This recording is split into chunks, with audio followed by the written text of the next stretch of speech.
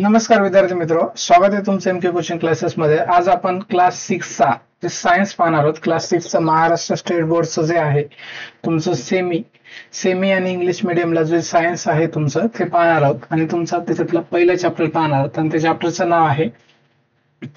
नाव आहे तुमच्या natural resources air water land. तर हे नॅचरल रिसोर्सेस आहेत, एअर लँड वॉटर। तर ह्याच्याविषयी जास्तीची माहिती पाहणार आहोत। तर नॅचरल रिसोर्सेस विषयी नॅचरल रिसोर्सेस तर तसे भरपूर सारे आहेत, पण आपण 3 नॅचरल रिसोर्सेस पाहणार आहोत। एअर एक नॅचरल रिसोर्स आहे, वॉटर एक नॅचरल रिसोर्स आहे आणि लँड हा एक काय तुमचा नॅचरल रिसोर्स आहे। ह्याच्याविषयी माहिती पाहणार आहोत आपण, बरोबर आहे।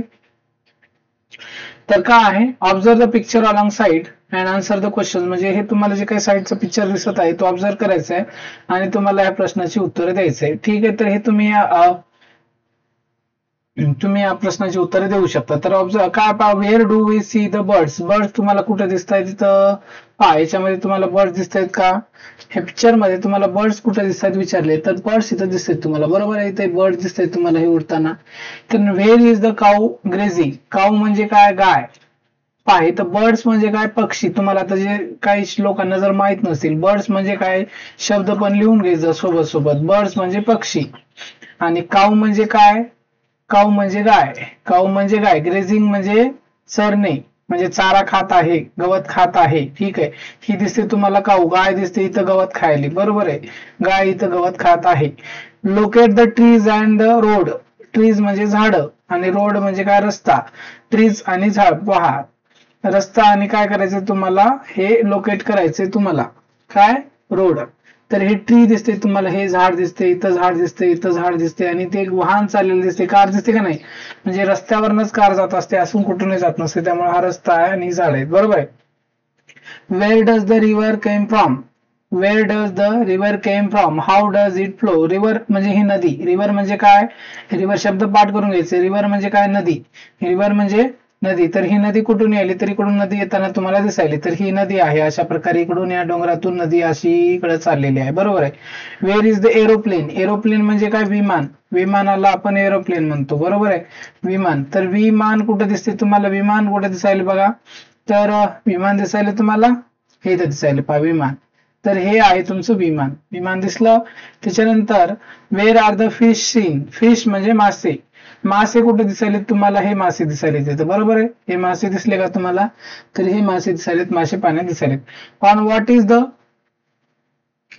What is the sail boat floating. Sail boat floating, बोट आहे तुमची ही जी सेल बोट फ्लोटिंग कशावर फ्लोट करत आहे, तरंगत आहे। तर ही पाण्यावर तरंगत आहे, नदीच्या पाण्यावर तरंगत आहे, ही बोट आहे सेल बोट। तर ही नदीच्या पाण्यावर तरंगत आहे, तुम्हाला दिसलं असेल। तर एवढी माहिती कळाली असेल। त्याच्यानंतर नॅचरल रिसोर्सेस विषयी माहिती बघणार आहोत आपण। नॅचरल रिसोर्सेस, तर हे जे स्पियर्स ऑफ अर्थ आहे तुमच्या मागच्या वर्षी जे काय आहे एन्व्हायरमेंटल स्टडीज मध्ये क्लास 5 लाच आपण बघितलेलं आहे, तर हे पुन्हा तुम्हाला आलेलं आहे, तर हे आपण पाहून घेऊया, ठीक आहे। तर स्टार्ट करूया। नॅचरल रिसोर्सेस काय असतात, you can see that some things in the picture are in water, some on land. काही जे पिक्चर्स आहेत ते तुम्हाला वॉटर मध्ये दिसत आहेत, some on land and some in the sky, that is in the air. तर पहा एरोप्लेनचा आवाज आलेला आहे, आताच आपण एरोप्लेन विषयी माहिती बघितली आणि एरोप्लेन आताच गेलेले आपल्या इथून, ठीक आहे। तर पहा, लक्ष द्या। तर तुम्ही जर बघितलं तर इथं काय तुम्हाला हे जे पिक्चर जर वरला जर पिक्चर बघितलं असेल तर तुम्हाला त्या पिक्चर मध्ये काही गोष्टी पाण्यामध्ये दिसतात, जसं की पाण्यामध्ये तुम्हाला बोट दिसायली, मासे दिसायलेत। समान लँड, लँड वर काय दिसते तुम्हाला, झाडं दिसत आहेत, कार दिसते, हे दिसते। सम ऑन द स्काय, त्याच्यानंतर गाय वगैरे पण दिसते तिथं। त्याच्यानंतर some on the sky, some in the sky, पक्षी, एरोप्लेन हे तुम्हाला आकाशामध्ये दिसते, that is in the air. Thus all things on the earth are associated with air, water and land. म्हणजे सगळ्या गोष्टी तुम्हाला एअर, वॉटर आणि लँड ह्या 3 गोष्टीशी काय असोसिएटेड आहेत। Air, water and land are called earth atmosphere. Air, water and land are called earth atmosphere, hydrosphere and lithosphere respectively. तर एअरला आपण म्हणतो, एअर जो आहे त्याला मागच्या क्लासमध्ये पण बघितले, त्याला म्हणतो आपण ॲटमॉस्फिअर म्हणतो। जिथं जिथं आहे त्याला ॲटमॉस्फिअर म्हणतो, जिथं जिथं वॉटर आहे त्याला हायड्रोस्फिअर म्हणतो, हायड्रो म्हणजे वॉटर। आणि त्याच्यानंतर जिथं जिथं काय आहे तुम्हाला लँड दिसेल, जिथं जिथं लँड असेल त्याला लिथोस्फिअर म्हणतो. लिथोस्फिअर, लिथो म्हणजे माती, ठीक आहे, अर्थ, लिथोस्फिअर रिस्पेक्टिव्हली. ठीक आहे, हे कळलं असेल. बरोबर. Different living things occupy this 3 spares of earth. तर हे moreover different living things occupy this 3 spares of earth. हे 3 स्पेअर्स आहेत अर्थचे. तुम्हाला माहित झाले कोणते कोणते स्पेअर्स आहेत? 3. तर आहे तुमची लिथोस्फिअर, हायड्रोस्फिअर आणि ऍटमॉस्फिअर. लिथोस्फिअर मध्ये जमीन, माती, हायड्रोस्फिअर म्हणजे तुमचं वॉटर आणि ऍटमॉस्फिअर म्हणजे हवा, हवेमधली जी जिथे हवा आहे ते हायड्रोस्फिअर, आपले ऍटमॉस्फिअर. ठीक आहे, हे कळलं असेल तुम्हाला. त्याच्यानंतर ह्या तिन्ही गोष्टीने सगळ्या गोष्टी काय अर्थ काय आपले ऑक्युपाय केलेले आहे. एक तर हवा ऑक्युपाय करते अर्थ, पाणी नाहीतर लँड. हे तिन्ही पैकी तुम्हाला दुसरं काही दिसणार नाही. या 3 स्पेअर मध्ये सगळ्या गोष्टी दिसतील तुम्हाला. ठीक आहे. These living things and the parts of the lithosphere, hydrosphere and atmosphere which they occupy are called together biosphere. जर या तिघांचं जर कॉम्बिनेशन झालं म्हणजे तुमचं हायड्रोस्फिअर, हायड्रोस्फिअर, ठीक आहे, त्याच्यानंतर तुमचं हायड्रोस्फिअर, लिथोस्फिअर, लिथोस्फिअर आणि ऍटमॉस्फिअर. कोणते? ऍटमॉस्फिअर. ह्या तिघांचं जर कॉम्बिनेशन झालं तर त्याला आपण, जे तिघ जिथं असतात त्याला म्हणतो आपण बायोस्फिअर. काय म्हणतो त्याला? बायोस्फिअर म्हणतो, बायोस्फिअर. ठीक आहे, बायोस्फिअर. तिघांचं जिथं जिथं कॉम्बिनेशन होते. These spheres have formed on the earth naturally. We have learned all this in the previous standards.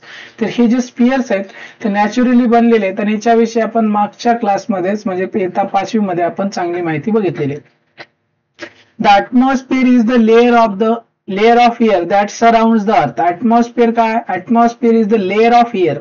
का आहे? लेअर ऑफ एअर आहे. हे माहिती महत्वाची आहे. Atmosphere is the layer of air म्हणजे एक हवेचा एक थर आहे. दॅट सराउंड द अर्थ, आहे का नाही, अर्थ पृथ्वीभोवती आहे. The surface of the earth comprises water and land. हे जे काय आपलं जे काय सरफेस आहे, सरफेस म्हणजे पृष्ठभाग, जो काही जमिनीचा आपला पृष्ठभाग आहे त्याच्यावर वॉटर म्हणजे पाणी आहे आणि land that is the hydrosphere and lithosphere. वॉटरला आपण म्हणतो सायन्स मध्ये, आता लक्षात ठेवायचं, वॉटर सायन्स किंवा जिओग्राफी मध्ये वॉटरला आपण हायड्रो म्हणतो. हायड्रोजन, हायड्रोजन असणं हायड्रोस्फिअर. वॉटर जिथं जिथं असेल तर हायड्रोस्फिअर म्हणायचं. जिथं जिथं लँड असेल त्याला आपण काय म्हणतो? लिथोस्फिअर म्हणतो. काय म्हणतो? लिथोस्फिअर. लक्षात ठेवायचं. Of this the hydrosphere occupies a much larger part than the lithosphere. तर हे सरफेस म्हणजे जमिनीचा आपला पृष्ठभाग दोन गोष्टीने व्यापलेला आहे. एक मी तुम्हाला सांगितलेले का आहे तुमचं हायड्रोस्फिअर आणि दुसरं आहे लिथोस्फिअर. म्हणजे हायड्रोस्फिअर म्हणजे तुमचं वॉटर आणि लिथोस्फिअर म्हणजे काय तुमचं लँड. लिथोस्फिअर म्हणजे काय तुमचं लँड. हे लिथोस्फिअर आहे तुमचं लँड. बरोबर आहे, हे तुम्हाला कळलं असेल. तर ह्याच्यापैकी सगळ्यात जास्त भाग कोण व्यापलेला आहे? तर हायड्रोस्फिअरनं व्यापलेला आहे. म्हणजे पाण्याने आपल्या पृथ्वी तलावर सगळ्यात जास्त काय पाणी आहे का जमीन आहे? तर सगळ्यात जास्त आपल्या पृथ्वी तलावर आहे पाणी. तुम्हाला वाटते जमीन आहे, परंतु पाणी सगळ्यात जास्त आपल्या पृथ्वी तलावर आहे. ठीक आहे, इथे जी फिगर बाजूला आकृती दाखवलेली आहे shows the proportion of land and water on the earth surface. तर हे 1.2 proportion of the land and water. तर हे जे वॉटर आहे आपली, ही जर पृथ्वी असेल, ही पृथ्वी दिसते तुम्हाला, ही पृथ्वी आहे. ह्या पृथ्वीवर जे ब्ल्यू ब्ल्यू दिसते तुम्हाला, हे ब्ल्यू आहे ते पूर्ण पाणी आणि ग्रीन ग्रीन आहे ते जमीन आहे. तर हे पाणी पाहायचं. तर किती आहे पर्सेंटेज? वॉटरचं पर्सेंटेज आपल्या पृथ्वीवर आहे 71% आणि लँडचं पर्सेंटेज आहे आपल्या पृथ्वीवर आहे किती? 29%. 29% लँड आहे आणि वॉटर 71% आहे. एवढ्या प्रमाणामध्ये पुढे पाहू.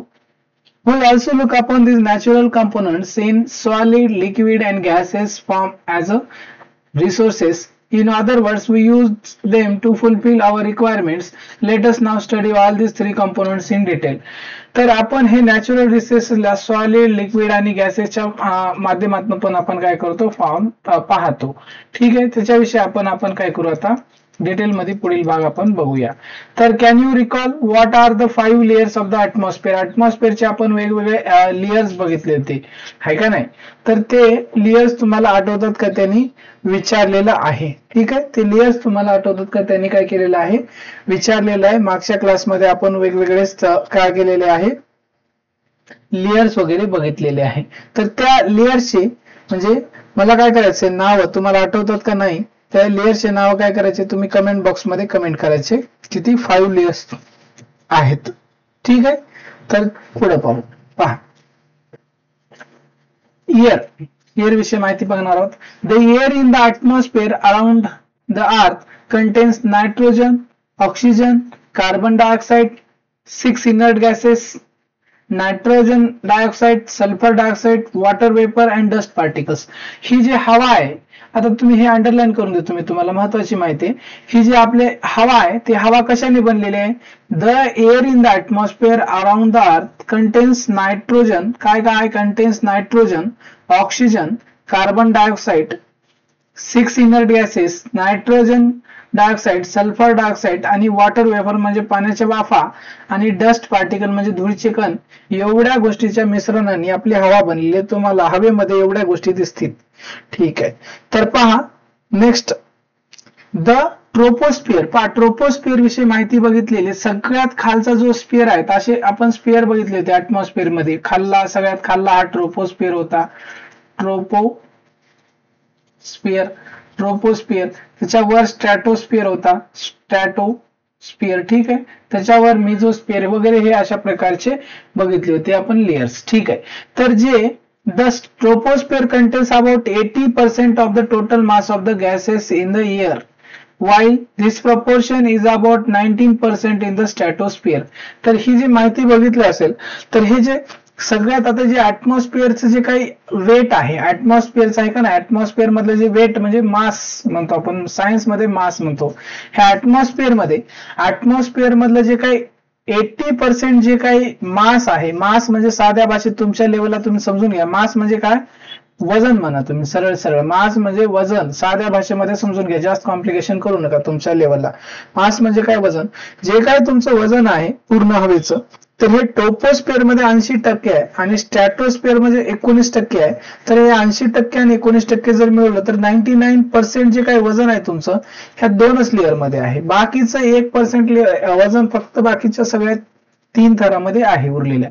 Further in the mesosphere and ionosphere, further in the mesosphere, याच्यावरला जो स्फिअर आहे हा मिझोस्फिअर, त्याच्यावर आयनोस्फिअर आणि वर त्याच्या एक्झोस्फिअर, अशा प्रकारचे 5 layer. Further in the mesosphere and ionosphere, the proportion of the mass of gases goes on decreasing. Gases are not found in the exosphere and beyond. तर हे जे काय वजन आहे, जसं ट्रोपोस्फिअर मध्ये 80% आहे, स्ट्रॅटोस्फिअर मध्ये 19% आहे, त्याच्यानंतर वर वर जसं जाईल आपण तसं तसं डिग्रीज होते. आणि gases are not found in the exosphere and beyond. Exosphere मध्ये गॅसेस तुम्हाला दिसून येत नाही. तुम्हाला हा प्रश्न विचारला जाऊ शकते, तर एक्झोस्फिअर मध्ये गॅसेस दिसतात का नाही? तर एक्झोस्फिअर मध्ये एक्झोस्फिअर आणि त्याच्या वरच्या भागामध्ये तुम्हाला गॅसेस दिसणार नाहीत. तर पहा, you can see that air is a mixture of several gases and is the chief constituent of the Earth's atmosphere.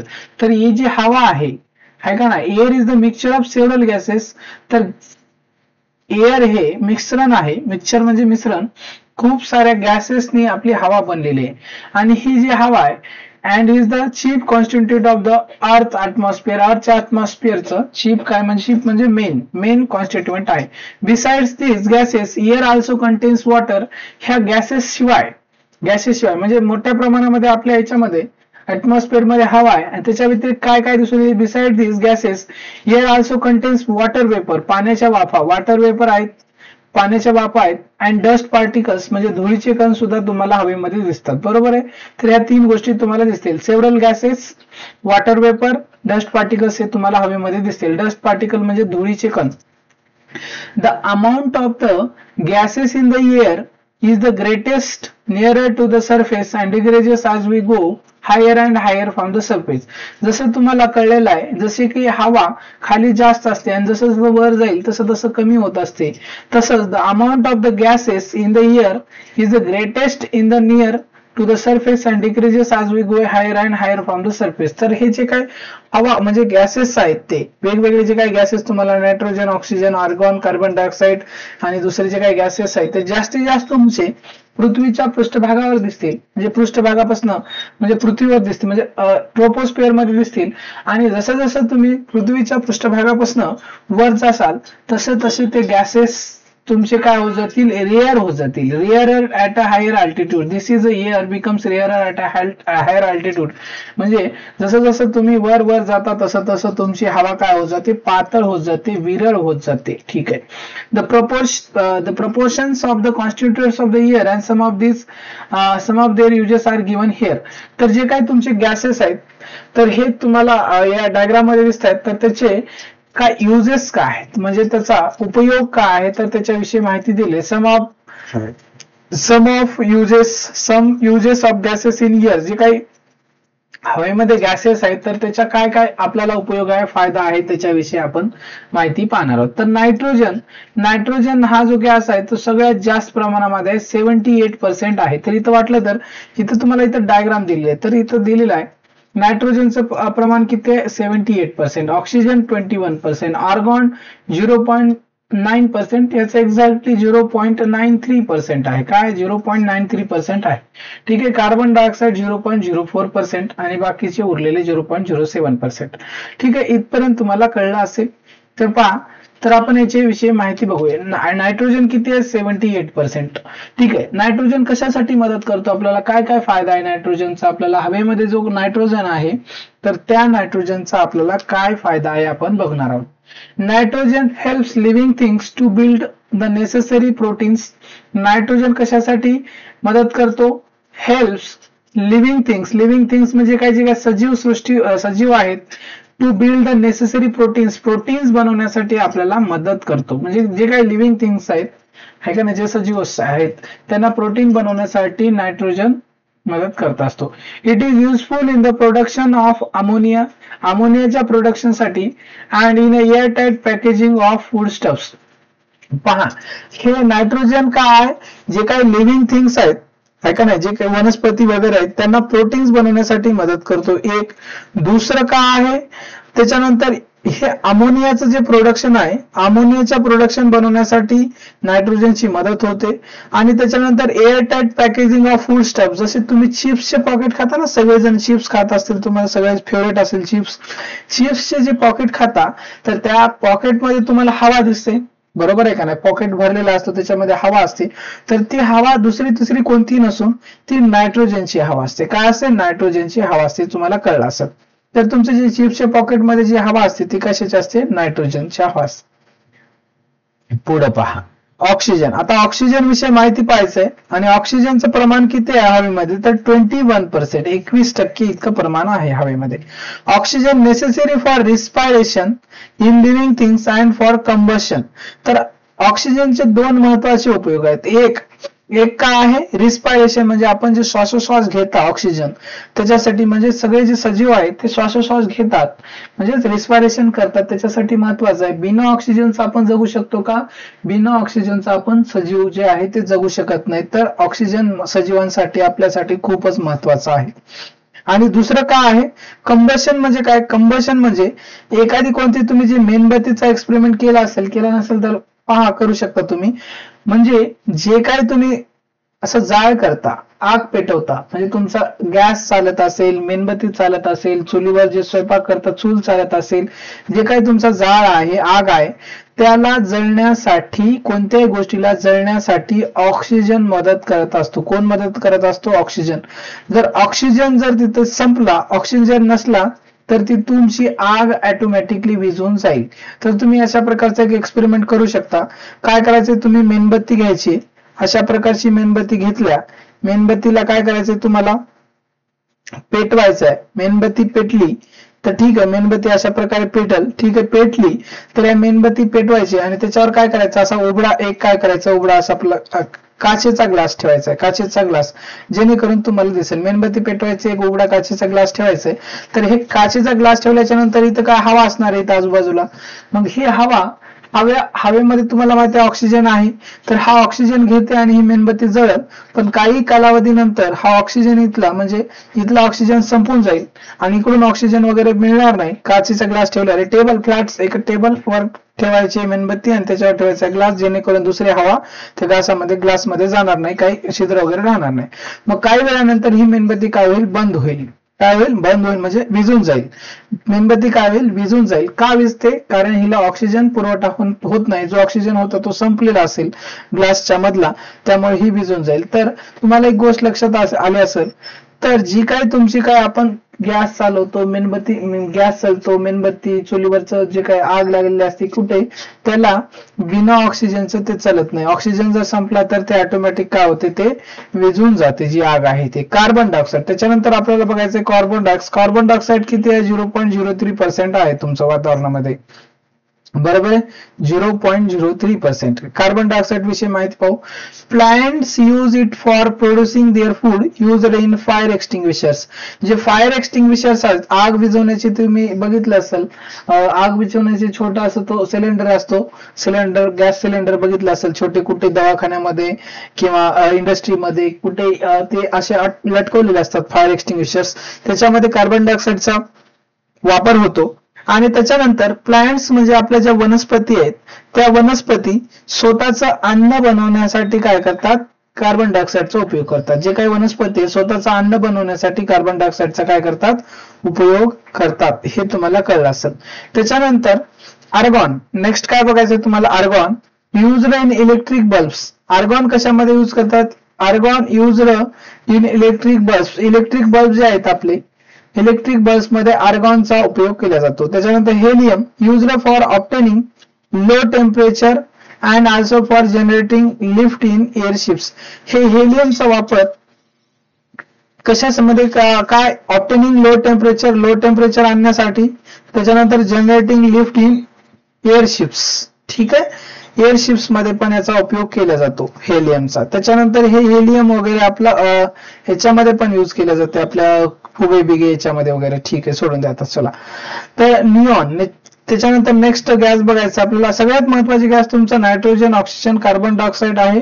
बाकीचे तेवढे जास्त इम्पॉर्टंट नाही, ते 3 तर लक्षात ठेवायचे तुम्हाला. त्याच्यानंतर हिलियम बघितलं तुम्ही.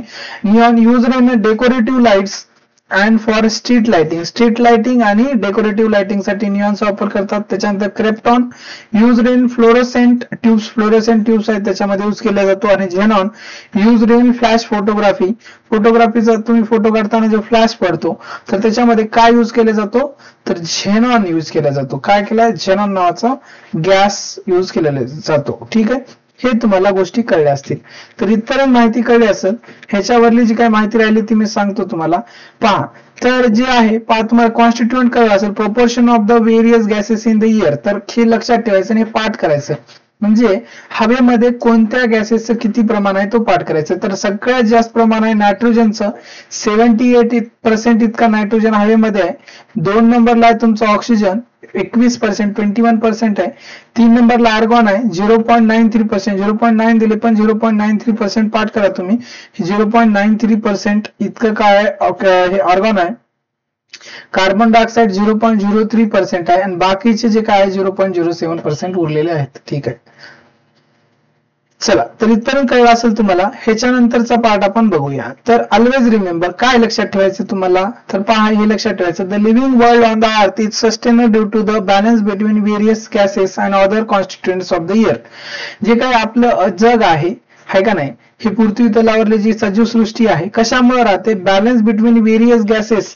वेगवेगळे जे काही गॅसेस आहेत, जसं बघितलं की आपण ऑक्सिजन 21% आहे, 21%, नायट्रोजन 78% आहे, ह्याच्यामध्ये बॅलन्स आहे. आणि ह्यामधले जर गॅसेस जर कमी जास्त झाले तर आपल्या म्हणजे सजीव सृष्टीला धोका निर्माण होऊ शकतो. आणि अदर कॉन्स्टिट्युएंट म्हणजे दुसरे कॉन्स्टिट्युएंट, जसे की पार्टिक्युलेट मॅटर असतील तुमचे, म्हणजे किंवा धुळीचे कण असतील किंवा वॉटर वेपर असेल किंवा बाकीचे हे जे कॉन्स्टिट्युएंट्स व्यवस्थित आहेत, सगळे बॅलन्स मध्ये आहे, म्हणून सगळं व्यवस्थित चाललेलं आहे. तर atmosphere is a very important filter. Atmosphere काय आपला व्हेरी इम्पॉर्टंट फिल्टर आहे. जसं फिल्टरचं पाणी आपण करून पाणी फिल्टर करतो आणि पितो, तसं अॅटमॉस्फिअर काय स्वतः फिल्टर आहे. जसं की एअर वगैरे आहे, या सनलाईट आहे, सगळ्या गोष्टी फिल्टर करून आपल्यापर्यंत पाठवत असते. ठीक आहे. It allows the light and heat. It allows म्हणजे येऊ देणे, light and heat of the sun to reach the earth, which is necessary for life, but it prevents harmful elements from reaching the earth. It is in the atmosphere that fog, clouds, snow and rain are produced. पहा, तर तुम्हाला माहित असेल, आपण मागच्या क्लासमध्ये बघितलेले आपल्या अॅटमॉस्फिअरचे वेगवेगळे लेयर्स आहेत. सगळ्यात खालचा लेयर आहे तुमचा ट्रोपोस्फिअर. कोणता आहे? ट्रोपोस्फिअर. त्याच्यावर एक तुमचा स्ट्रॅटोस्फिअर आहे आणि स्ट्रॅटोस्फिअर मध्ये तुम्हाला कशाचा थर दिसून येतो? ओझोन. ओझोन गॅस दिसून येतो, ओझोन. आणि हा ओझोन काय करतो? जे काय सूर्यप्रकाशापासून जे काय हार्मफुल युव्ही रेज येतात, युव्ही रेज म्हणजे अल्ट्रा व्हायलेट रेज येतात आणि ते हार्मफुल असतात, हे युव्ही रेज तो काय करतो? शोषून घेतो आणि तो आपल्याला म्हणजे पाठवत नाही, शोषून घेतो. हा ओझोन. ओझोन जो गॅस आहे स्ट्रॅटोस्फिअर मध्ये. कुठं आहे स्ट्रॅटोस्फिअर? हा स्ट्रॅटोस्फिअर आहे, स्पिअर मध्ये आहे. तर हा ओझोन शोषून घेतो. तर म्हणजे आणि हे युव्ही रेज आपल्या सजीव सृष्टीसाठी, मानव जे प्राणी काय सगळे आहेत त्याच्यासाठी हार्मफुल असतो, हानिकारक असते आणि त्यांना येऊ देत नाही. तर हे स्ट्रॅटोस्फिअर मधला ओझोन शोषून घेतो. बरोबर आहे. तर अशा प्रकारे अॅटमॉस्फिअर आपली सजीवाची काय करत असते? मदत करत असते. ठीक आहे. त्याच्यानंतर अॅटमॉस्फिअर मध्ये तुम्हाला फॉग म्हणजे धुकं वगैरे दिसते तुम्हाला, ढग बनतात, स्नोफॉल होतो, त्याच्यानंतर पाऊस पडतो, रेनफॉल म्हणजे पाऊस. ठीक आहे. अशा प्रकारच्या गोष्टी तुम्हाला दिसून येतात. त्याच्यानंतर पुढे पाहू आपण. What is observe and discuss. What is the similarity in the 3 pictures below. तर काय तुम्हाला सारखेपणा दिसून येते? इथं पण तुम्हाला काय, इथं इंडस्ट्री चालू आहे, याच्यातनं धूर निघताना दिसतोय. इथं ही व्हेकल चालू आहे, व्हेकल म्हणजे ही कार दिसते तुम्हाला, ह्या कार मधनं असं धूर बाहेर येताना तुम्हाला दिसत आहे. त्याच्यानंतर इथं आग लागलेली आहे, जंगल आहे आणि जंगलाला आग लागलेली आहे. आग लागल्यानंतर इथून सुद्धा तुम्हाला धूर येताना दिसत आहे. पहा, ह्याला आपण म्हणतो एअर पोल्युशन. एअर पोल्युशन म्हणतो. पहा आता पुढे पहा.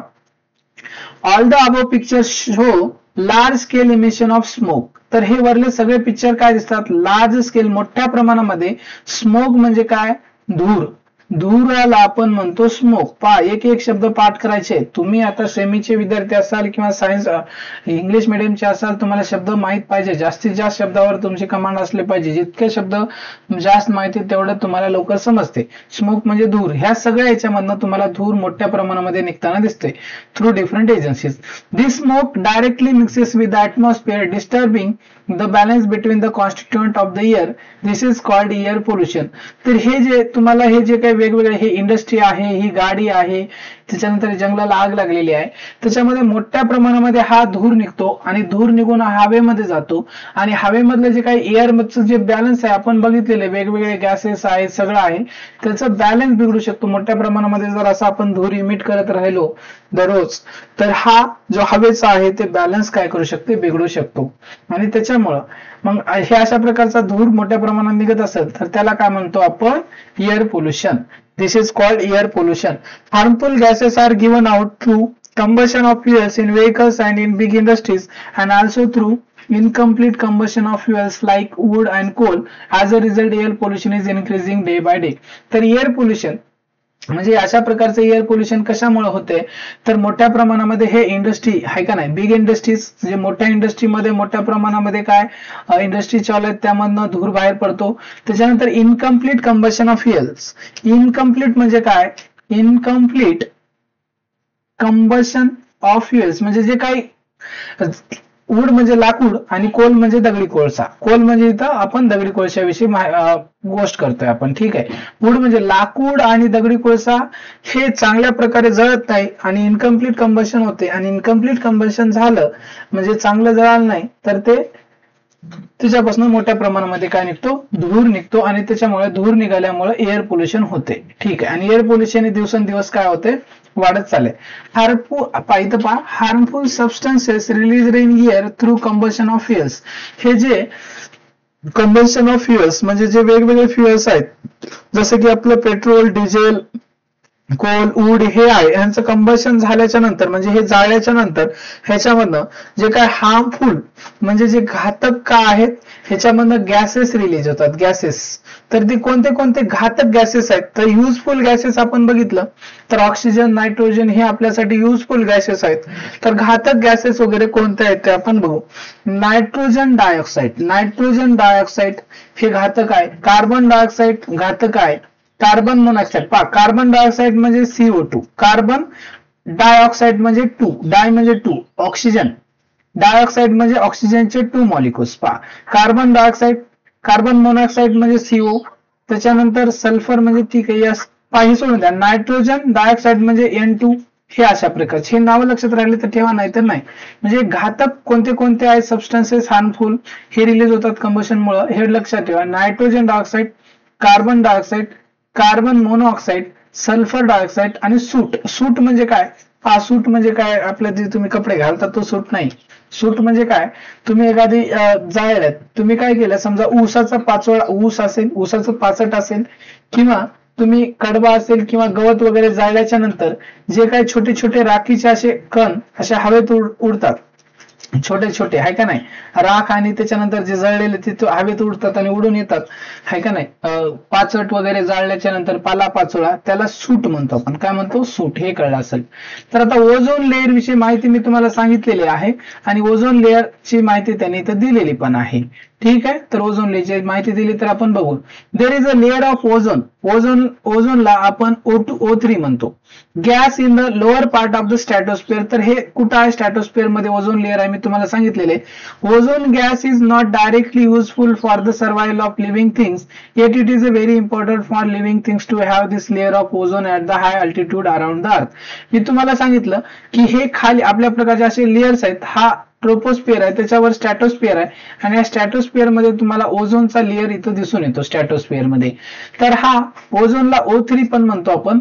ठीक आहे. हा ओझोनचा लेअर आहे. तर हा डायरेक्टली आपल्यासाठी काही युजफुल नाही, परंतु डायरेक्टली काय त्याचा उपयोग नाही, परंतु इनडायरेक्टली हा आपल्या जे काही लिव्हिंग बिंग्स आहेत, जे काही सजीव सृष्टी आहे, त्याच्यासाठी हा खूप खूप महत्वाचा आहे. का महत्वाचा आहे? तर द अल्ट्राव्हायोलेट म्हणजे UV, याला शॉर्ट मध्ये म्हणतो UV. Ultraviolet rays coming from the sun are very harmful for living things. The ozone gas absorbs these rays. As a result, life on the earth is protected. जे काय तुमचा सूर्य आहे, ह्या सूर्यापासून UV रेज रिलीज होतात, आहे का नाही. हे UV रेज ही खूप हार्मफुल असतात आपल्या त्वचेसाठी. आपली त्वचा सगळी बर्न होऊन जाईल, खराब होऊन जाईल. पण ही सूर्यापासून तर UV रेज येतात, हे रिलीज केल्याच्या नंतर हे या ओझोन म्हणजे हे स्ट्रॅटोस्फिअर मध्ये आले की हा जो ओझोन लेअर आहे हे सगळे अब्झॉर्ब करून घेतो आणि आपल्यापर्यंत पोहोचू देत नाही. त्याच्यामुळे जी काही सजीव सृष्टी आहे, आपली त्वचा असेल, आपली स्किन असेल, सगळ्यांची ती प्रोटेक्ट होते, आपल्याला त्रास होत नाही. पहा पुढे. The ozone layer is destroyed if chemical gases like carbon tetrachloride और द क्लोरोफ्लोरोकार्बन्स. याला काय वाचायचं पहा, वाचून घ्या. क्लोरोफ्लोरोकार्बन्स आणि कार्बन टेट्राक्लोराइड. ठीक आहे. Used in the air conditioners. Air conditioners म्हणजे एसी म्हणतो ना आपण, त्याचं पूर्ण नाव आहे air conditioners AC. And refrigerators mix with the air. Refrigerators म्हणजे तुमचे फ्रीजचं सायंटिफिक नाव आहे रेफ्रिजरेटर्स. आता हा जो ओझोन लेअर मी तुम्हाला सांगितलंय तर स्ट्रॅटोस्फिअर मध्ये आहे आणि तो काय करत असतो, सूर्यापासून जे काय हार्मफुल UV रेज येतात त्यांचं पासून आपल्याला प्रोटेक्ट करत असते, हे तुम्हाला माहित आहे. परंतु आता काय व्हायलंय, हे जे एसीचा वापर जास्त केल्यामुळे, एसीचा आणि फ्रीजचा वापर जास्त केल्यामुळे हे कार्बन टेट्राक्लोराइड आणि क्लोरोफ्लोरोकार्बन नावाचे काय करतात, केमिकल गॅसेस हवेमध्ये रिलीज करतात आणि हे केमिकल गॅसेस हा जो ओझोनचा लेअर आहे ह्याला डिस्ट्रॉय करायलेत म्हणजे काय, नष्ट करायलेत. आणि हे जर गॅसेस असंच निघत राहिले या फ्रीज मधनं आणि एसी मधनं, जर हा ओझोनचा लेअर जर नष्ट झाला तर ओझोनचा लेअरला नष्ट झाला तर हे UV रेज जे काही सूर्यापासून निघतात ते डायरेक्ट आपल्या जमिनीवर पोहोचतील आणि जी सजीवसृष्टी आहे, जसं माणसं आहेत, गायी, जनावरं, हे सगळे जी सजीवसृष्टी आहे सगळी धोक्यात येणार आहे. तर कळलं असेल तुम्हाला तर किती महत्वाचा हा ओझोन लेअर आहे. आणि हा ओझोन लेअरला प्रोटेक्ट करण्यासाठी मग हे रेफ्रिजरेटर मधनं आणि एअर कंडिशनर मधनं कार्बन टेट्राक्लोराइड, क्लोरोफ्लोरोकार्बन्स हे जे रिलीज करतात ते कमी व्हायला पाहिजे. मग तुम्ही म्हणसाल सर AC वापरणं बंद करा, फ्रीज वापरणं बंद करा, तर हे सोल्युशन नाही त्याच्यासाठी. तर आपण अशा प्रकारचे काहीतरी इन्व्हेन्शन्स केलं पाहिजे, अशा प्रकारचा आपण शोध लावला पाहिजे की हे याच्यामधनं क्लोरोफ्लोरोकार्बन्स आणि कार्बन टेट्राक्लोराइड ह्या एसीचा वापर तर केला पाहिजे, पण त्यापासून ते गॅसेस यूज नाही निघले पाहिजे, दुसरे काहीतरी निघले पाहिजे, त्याच्यासाठी संशोधन चालू आहे. बरोबर. तर पुढे पहा. The 16th September is celebrated as ozone protection day all over the world to make everyone aware of the importance of ozone.